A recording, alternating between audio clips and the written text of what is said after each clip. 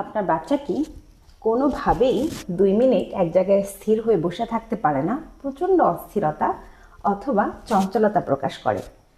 কিভাবে ছবি আঁকার মাধ্যমে একটা বাচ্চাকে মনোযোগ ধরে রাখতে এবং তার পেশেন্স ধরে রাখতে হেল্প করতে পারে, আসেন সে বিষয় নিয়ে আলোচনা করছি।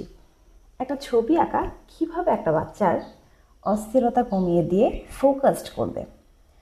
প্রথম পয়েন্টটা হলো, একটা বাচ্চা যখন ছবি আঁকা শুরু করে তখন একটা নির্দিষ্ট লাইনের ভেতরে তাকে কালার করতে হয়। একটা ডিটেইল বা বিষয়টাকে কত সুন্দরভাবে উপস্থাপন করতে হবে সেই চিন্তাটা তার মাথায় চলে আসে। তাই সে হুটহাট করে কোনো একটা কাজ না করে স্থির হতে শেখে, ফোকাসড হতে শেখে, সুন্দর করে একটা জিনিস করার চেষ্টা করে। আবার যখন কিভাবে ছবি আঁকাটা আপনার বাচ্চার ধৈর্য ধরে রাখতে সাহায্য করবে। যখন আমাদের সন্তানেরা একটা সাদা খাতায় রং চুজ করছে, কালার চুজ করছে, পেন্সিল দিয়ে ড্রয়িং করছে, এই পুরো প্রসেসটা কিন্তু ছোটোখাটো কোনো প্রসেস নয়। এই পুরো প্রসেস তার ব্রেনকে শেখাচ্ছে যে একটা জিনিস কিভাবে ধীরে ধীরে ধীরে ধীরে চমৎকার একটা বড় কিছুতে রূপ নেয়। তাই সে এই কাজটা করার মাধ্যমে তার ব্রেনকে পেশেন্সের, শান্ত থাকার, ধৈর্য ধরে একটা জিনিস বড় কোনো কিছু ফুটিয়ে তোলার সক্ষমতা তার ব্রেনকে দিচ্ছে। ছবি আঁকার মাধ্যমে আপনার বাচ্চা কিন্তু ধৈর্য ধরা এবং শান্ত থাকা দুটোই শিখে যাচ্ছে।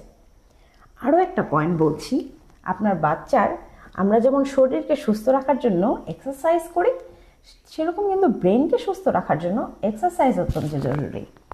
যখন আপনার বাচ্চা ফোনে সময় না কাটিয়ে, সোশ্যাল মিডিয়ায় সময় না কাটিয়ে তার ছবি আঁকার মাধ্যমে হাত, চোখের, হ্যান্ড, আই, ব্রেনের কোঅর্ডিনেশন করছে, মস্তিষ্কের কিন্তু ব্যায়াম তৈরি হচ্ছে, মস্তিষ্ক এক্সারসাইজ করার মাধ্যমে অনেক বেশি এনার্জেটিক হচ্ছে। তাই বাচ্চাকে অনেক বেশি ফোকাসড রাখতে, পেশেন্স রাখতে, তাকে তার থেকে হুট করে মোবাইলটা কেড়ে না নিয়ে বেটার কিছু দিন, ভালো ড্রয়িংয়ের ইনস্ট্রুমেন্ট তাকে গিফট করুন, সুন্দর করে ছবি আঁকতে তাকে সাহায্য করুন।